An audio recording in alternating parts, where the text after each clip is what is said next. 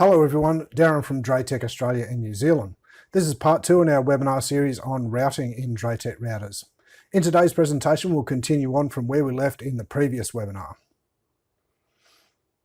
In this webinar, we'll look at what policy-based routing is and how it is used in DrayTek routers. We'll also go through the other topics listed here, but we'll mostly focus on load balanced route policy. That will include configuration options as well as diagnostics and some examples. So let's start by looking at what policy-based routing is. So what is policy-based routing? Well, in a nutshell, it's a set of rules or policies that, if a data packet arrives and matches the criteria, it'll be directed to a specified interface. The criteria can be a protocol, the source IP, the destination IP, the destination domain name, or the destination port. The example in this diagram shows that if the source IP is between 192.168.1.10 to 192.168.1.100 and the destination IP address is 208.111.151.36, then the data will be sent out via VPN 1. Some other examples where traffic can be controlled by policy-based routing include VoIP traffic always takes WAN 2, the guest LAN subnet, that's 192.168.2.0/24, only uses WAN 1. Traffic from staff LAN subnet 192.168.1.0/24 should be sent to a firewall gateway on LAN 1. Traffic to Facebook should be sent to VPN to bypass internet censorship. And mail traffic should be sent to the headquarters via VPN. So basically, any traffic that can be defined by protocol, source IP, destination domain name, or destination port can be sent by a specified interface using policy-based routing. In DrayTek routers, policy-based routing is known as load balanced route policy. Here's a short video for a quick overview of how load balanced route policy is used in DrayTek routers. The video was produced a few years ago but still applies to later model routers. You'll find it on our YouTube channel if you'd like to watch it again later, and I'll leave a link to it in the description below. Hello everyone, my name is Jordan DeCesare. In this video I'm going to give you a brief overview of the load balance route policy feature in DrayTek routers.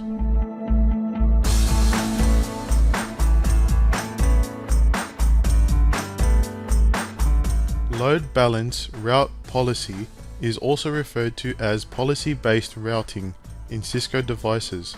It is a feature where a set of rules or policies are defined first. Then, if a data packet arrives that matches any of the configured policies, it will be directed to the specified interface. First, the incoming data packet is inspected. Then, if a routing policy matches the data and its source or destination address, the data packet is forwarded out through the appropriate interface. This could be a WAN interface, VPN tunnel, or LAN connection. For example, SMTP mail may only be accepted by the ISP that provided the service, which is Internode in our example. The data flow to the internet shown in green goes from the mail server to internet through WAN 1, which is the Internode connection. Similarly, phone services need to use WAN 1. Traffic from other LAN devices on LAN 2 can be directed to use WAN 2, which is connected to Telstra. In DrayTek DrayOS routers, the policy-based routing feature is known as load balance route policy.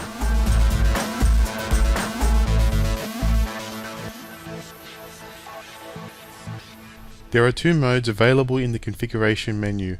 The wizard mode provides the most frequently used settings and allows you to quickly set up a routing policy. Here you specify the source and destination IP addresses, which interface to use, and routing mode.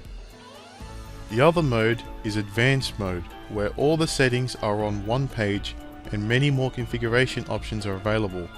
You can specify the source IP address or subnet and destination IP address or subnet, as well as domain name.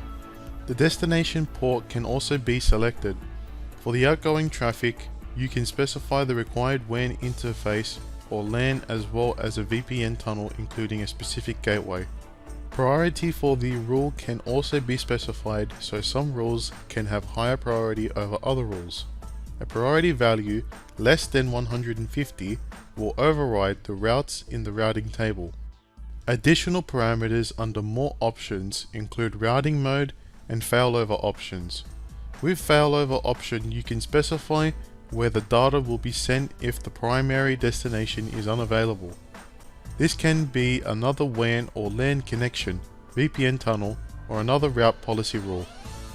Another handy feature that DrayTek's load balance route policy has is the diagnostic feature. This will help to check if the configured rule works as expected. Thank you for watching. Okay, as mentioned in the video, load balance route policy is available in dual and multi-WAN routers. It allows you to create a set of rules or policies to direct traffic to a specified interface, such as the example in this diagram where traffic from LAN 1 devices go out to WAN 1 and LAN 2 traffic is sent to WAN 2. A point to note is that load balance route policy should not be confused with WAN load balance mode. WAN load balance mode is used to automatically spread the traffic over multiple WAN interfaces to provide greater bandwidth, and it also offers redundancy if the primary WAN interface goes down. The key features of load balance route policy are: there is adjustable priority for load balance route policies, so they can have higher or lower priority than other rules. More interfaces can be selected. Source and or destination IP subnets can be selected. Flexible failover, which can be either a WAN, LAN or VPN interface. There's a failback option, so it switches back to the preferred interface when it's back online. And there's a diagnostic function, so you can check the rules are working as expected. I'll go through these in more detail as we go over the configuration options. In the configuration menu of the VIGA 2865, we can configure up to 50 rules. Also, there are two modes you can use to set up the policies. These are Wizard Mode and Advanced Mode.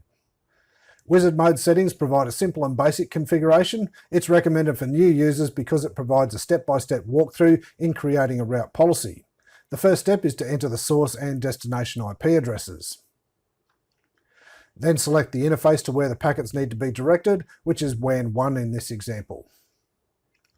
You can then select the packet forwarding type, either ForceNet or force routing. I'll explain the difference between those two shortly. In the final step, the configuration summary is presented before creating the route policy rule. In advanced mode, all the functions are in one page and it provides more options. As highlighted by the different colours here, we have different sections in the menu. We have comment at the top, which allows you to create a unique name for future reference. Below that, the criteria can be set up and which interface or gateway to send a packet via if it matches the criteria. Down the bottom, priority and failback are also available in advanced mode. Let's take a closer look at some of those. In protocol options under criteria, we can select any, TCP, UDP, both TCP and UDP, and ICMP. In source IP address options, we can select any, an IP range, an IP subnet, an IP object, and an IP group. For destination IP subnet, we can select one of the predefined subnet masks to specify the range of IP addresses to apply to this rule. For destination port, we can only select either any or a port range. Under send via if criteria match, we also need to specify which interface will be used for outgoing traffic when the criteria for the rule is matched. Possible options are a physical WAN including WAN IP alias, a virtual WAN, LAN, IP routed subnet, DMZ subnet, or VPN. For each interface option, you have a pull-down list to select the required interface for each type. Here we have the list you'll see for the WAN and virtual WAN types in a VIGA 2865 router. For LAN, you can select the LAN, IP routed subnet, or DMZ subnet. And finally, for VPN, you can select one of the configured VPN tunnels in the router. The VPNs with 3 question marks are unconfigured VPNs, which will first need to be configured before they can be used.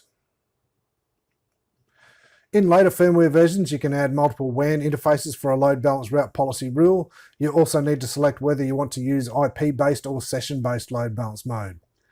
For IP-based load balance mode, traffic being sent using the same source and destination IP address will always use the same WAN connection, but when session-based load balance is used, traffic is distributed over multiple WAN connections, resulting in higher speed throughput. A couple of additional parameters that need to be looked at are to change the gateway if necessary and select forced NAT or forced routing, which I mentioned earlier. The difference between forced NAT or forced routing is that with forced NAT, outgoing packets have the source IP replaced with the router IP, which is what NAT does, and with forced routing, the outgoing packets keep the original IP address. By default, it's set to forced NAT, but forced routing is also useful if the router is used for routing packets internally without the need to access the internet. It can also be used in cases where an ISP provides multiple public IP addresses that can be assigned to servers and routed directly to the internet. The next option in the configuration menu is Failover 2. This allows another interface to take over when the original interface fails. You can fail over to another physical WAN, a virtual WAN, a LAN subnet, a VPN, or even fail over to another load balance route policy. Here, multi-layer backup is possible. Another option is Failback. If Failback is selected, it will fail back immediately, meaning it will immediately clear all the existing sessions once the primary connection resumes service.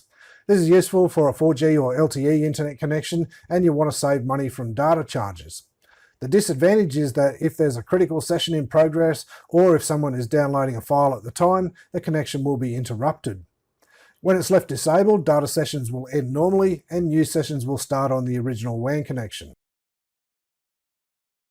This table shows a summary of how Failback behaves. You can pause the video if you'd like a longer look.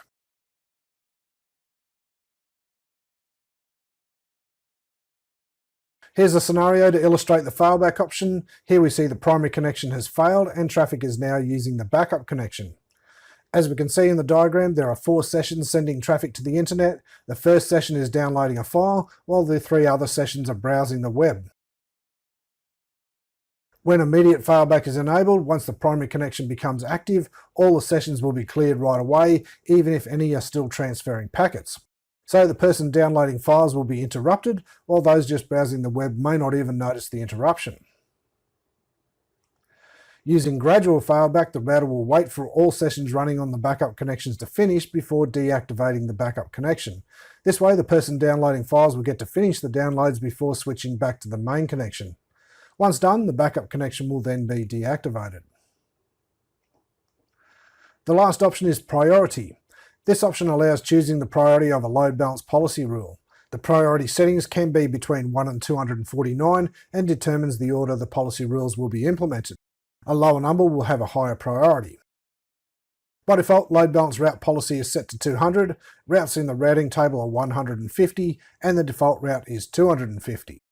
For any load balance route policies with the same priority, let's say 200, then the rules will be implemented in a sequential order from top to bottom.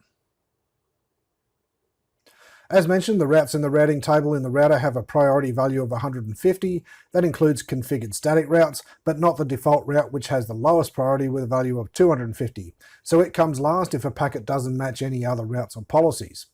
So a priority setting of less than 150 for a load balance route policy rule will override any routes in the routing table. Here we have 2 rules, one sending traffic matching certain criteria via WAN 1 and the other sending traffic via WAN 2. Both have a priority of 200, so they'll be processed in the order that they are listed in the routing table, with any routes such as inter-lan routes lower than 200 coming first.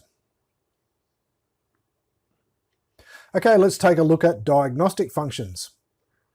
The route policy diagnosis tool is very useful, especially if you have a lot of static routes and route policies. It'll analyze which route a packet will go via. There are 2 modes, analyze a single packet and analyze multiple packets.